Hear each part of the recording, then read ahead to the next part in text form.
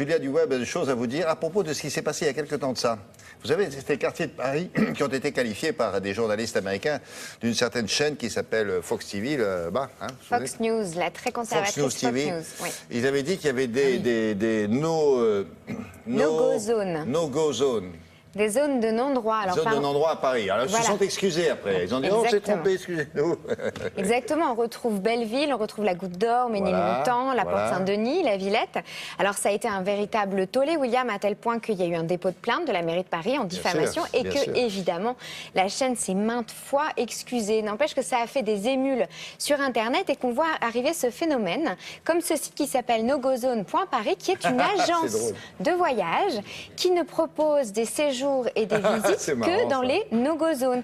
Donc ces quartiers parisiens qualifiés de zones de non-droit sont visitables et vous pouvez vous faire sur ce site un voyage sur mesure pour montrer aux touristes que la capitale est tranquille et que ces quartiers se visitent. Il faut aller jusqu'au bout. Il faut des guides. Ah mais il y en a avec des no-go-zoneurs de terreur. Et vous, habitants de Belleville par exemple, vous pouvez vous inscrire ici pour proposer la visite de votre quartier. Un tourisme décalé, urbain, éthique. Et toujours dans le même registre, William, je vous conseille ce blog qui s'appelle No Go Zone Paris.